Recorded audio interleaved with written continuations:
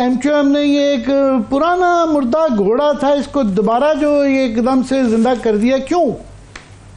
عامر صاحب دیکھیے، M Q M کئی حوالوں سے دباؤ کا شکار ہے۔ اب معاملہ یہ ہے کہ ان کے پاس سندھ کی حکومت کا بھی وہ حصہ نہیں ہے، عموماً وہ سندھ میں حکومت کا حصہ ہوتے تھے، وزارتیں ہوتی تھیں۔ اب اپنے لوگوں کو مطمئن کرنے کے لیے بھی ان کو کوئی نیریٹو چاہیے، اور بنیادی طور پر ان کے اوپر ایک جو ایم کیو ایم لندن ہے وہاں سے بھی ان پر تنقید ہوتی ہے، اور اس کے ساتھ ساتھ کراچی میں بھی ووٹروں کا ایک بڑا حصہ جو ایم کیو ایم کو ووٹ کرتا تھا وہ پی ٹی آئی کی طرف گیا ہے۔ تو اس حوالے سے جو کوٹا سسٹم کی بات ہے، ایم کیو ایم جب بنی تھی تو یہ جو بنیادی اس کے نعرے تھے محصورین کی واپسی، کوٹا سسٹم، لیکن جس طرح کھوڑو صاحب کہہ رہے ہیں بالکل ایسا ہی ہے۔ گزشتہ کئی سالوں میں ایم کیو ایم نے کوٹا سسٹم کا نام ہی نہیں لیا، اور کئی حکومتوں کا حصہ رہنے کے باوجود بھی، یہاں تک کہ ان کے یہ کوئی بنیادی مطالبات میں بھی نہیں رہا، بلکہ پیپلز پارٹی بھی یہ کہتی ہے کہ ان کے ساتھ جو ہماری ملاقاتیں ہوتی رہی ہیں اس میں بھی کوٹا سسٹم کہیں نہیں تھا۔ لیکن چونکہ کراچی کے بہرحال مسائل اپنی جگہ موجود ہیں،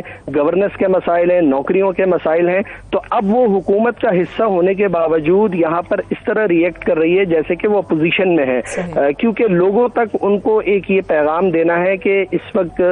شہری سندھ کی نمائندگی وہ کرتے ہیں، وہ ان لوگوں کی بات کر سکتے ہیں۔ تو کوٹا سسٹم بہرحال ایک ایشو موجود ہے، اس کے اوپر بات تو ہوتی ہے، لیکن طویل عرصے کی خاموشی کے بعد اب ایم کیو ایم اس حوالے سے دوبارہ بات کرنے لگی ہے، یہاں تک کہ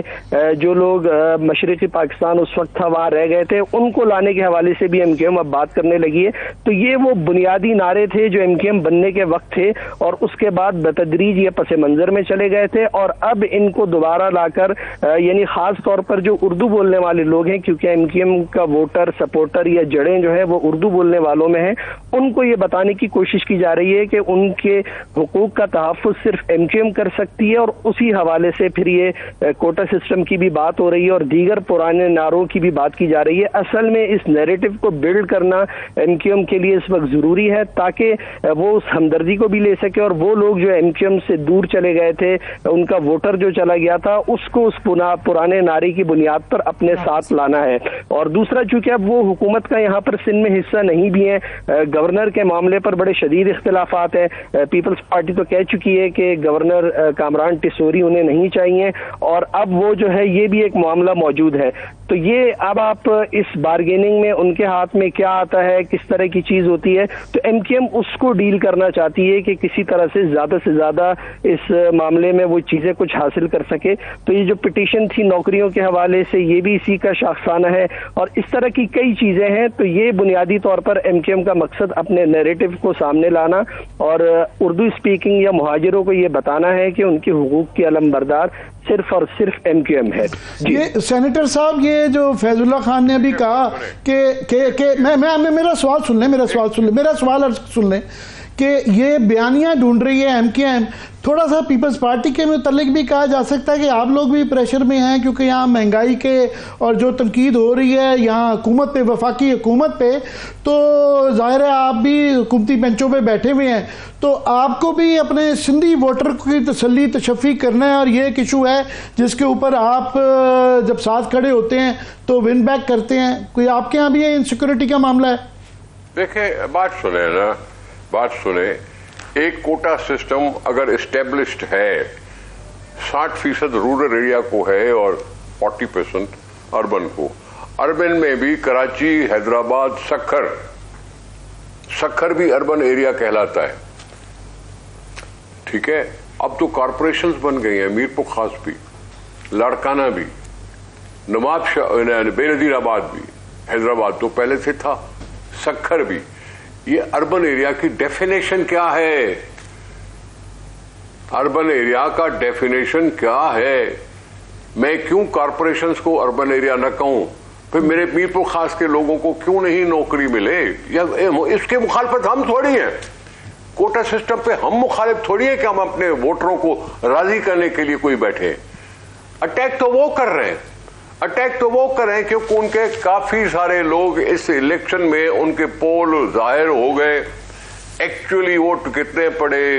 ظاہر کتنے ہوئے، اس چیز کو بھی ذرا دبانا تھا۔ لیکن میں صرف سوال یہ کرتا ہوں کہ اسمبلی میں ساری پارٹیوں نے بیٹھ کر یہ فیصلہ کیا تھا کہ ہم اسمبلی کے ان بحثوں میں